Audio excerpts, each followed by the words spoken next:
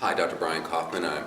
We're just getting to the exciting part where we're going to talk about the results of the study that you did to look at adherence issues in CML patients, kind of covered why it's so critical. So what did you find when you did this study? I think one of the most important findings was that we were able to identify risk groups, patients who will tend to be less adherent than other patients. And for example, we found that younger patients are less adherent than older patients, and it was clear by the results.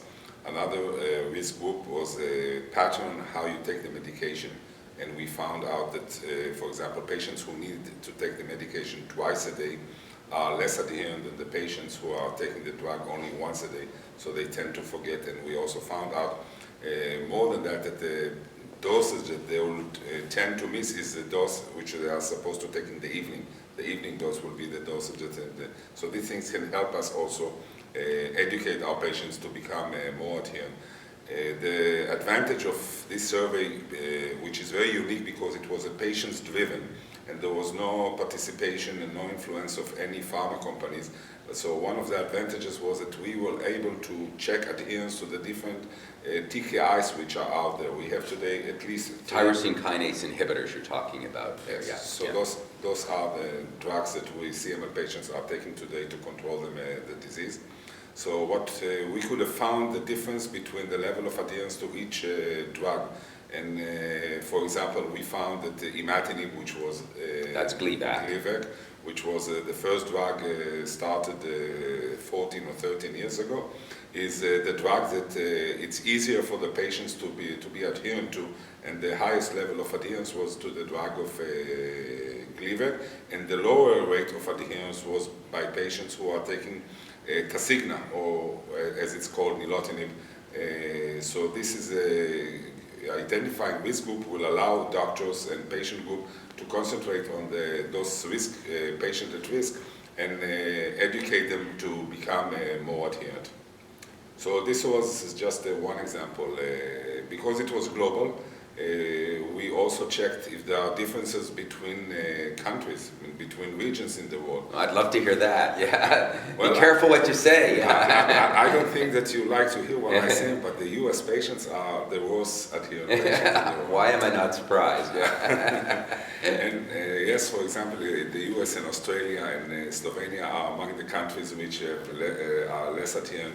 And my friends' patients in Germany are the more adherent patients among the CML patients. And so we saw that the different patterns of adherence among countries and regions.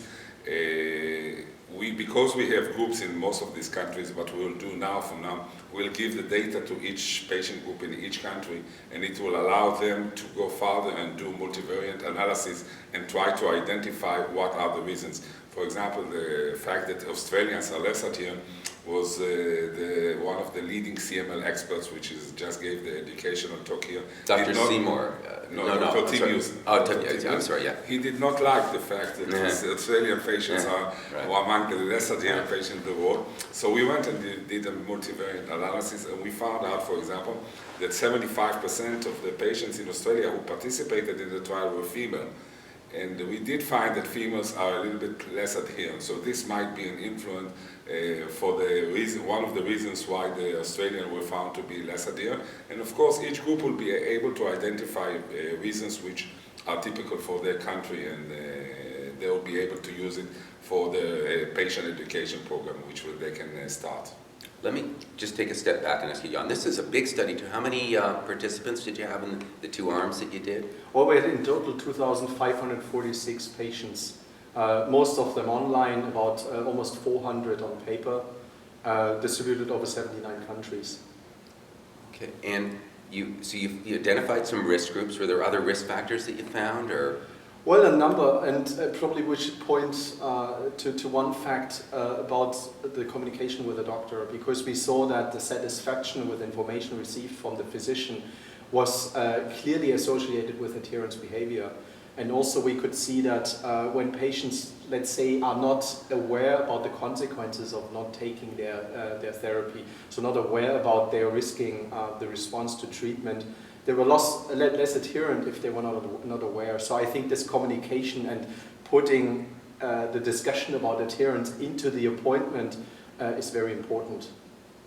So are there takeaway messages that you want to give to the physician community about this, or to the patient community in that regard? Any thoughts you have there, either of you? There's one, I think, message which is important, and maybe there are more, but if I list just one or two of them, one message is that we ask the patients to evaluate their adherence on a scale between 1 to 5, and we found that more than 90% of the patients rated themselves as very high adherent. But when we went further and analyzed by the same patients, and we checked how many of them have missed dosages in the last months, we found that 20% of those patients who said that they take the drug every day actually didn't take the drug in the last months. So I think a takeaway message for the doctors is that when your patient is answering you, I'm taking the drug as you tell me, that's not 100% true. So you have to go deeper and ask him exactly questions if you have been mistaking dosages in the last month. And it's not always true that the patient tells you. And some patients, they don't tell the truth completely to the doctors. I'm aghast that patients lie to me. I just couldn't believe it. Yeah. And then, of course, as Jan have mentioned, we have intentional and non-intentional non-adherence. And intentional is more linked to forgetting memory or routine, which is very important for adherence, breaking the routine. That's non-intentional. But intentional is more linked to physical symptoms, side effects. And it was interesting that about 10% of the patients said that they stopped taking the drug because the doctor said they could do that. And I'm sure that none of the doctors will tell the patients to stop taking the drug. But sometimes when a patient comes to a doctor and he asks him, I'm going on a vacation for a few days, would you allow me to stop for a couple of days? And the doctors will tend to say, okay, nothing will happen, go ahead. But the patient can interpret that as a permission to stop it next month also and the months after. So a doctor should be very careful that he makes sure that the patient understands that when he lets him go off the drug for a few days, it's only for those few days. And it's not an open general permission to stop taking the drug, because patients can understand that in a different way what the doctor really meant. And Those are great points, by the way. Yeah, appreciate that. And I mean, we're really glad that we have the opportunity to present the data here at ASH, because I think what we're doing here on our poster is present the candidate factors or the risk factors which influence adherence. And I think what doctors can do is probably look at their patients also from a risk management perspective and say, these kind of patients are probably more at risk of missing out doses, so I probably need to monitor them more closely, or take more focus in the appointment on adherence, or look at response levels from an adherence point of view, or know that this kind of treatment might be more difficult in terms of adherence. So we give them ideas what to look at, and probably to understand which of the many patients they have might be more susceptible to non-adherence. So we've talked all this time, but you haven't mentioned anything about how expensive these medications are. And I would have thought that would have been near the top of the list of an issue.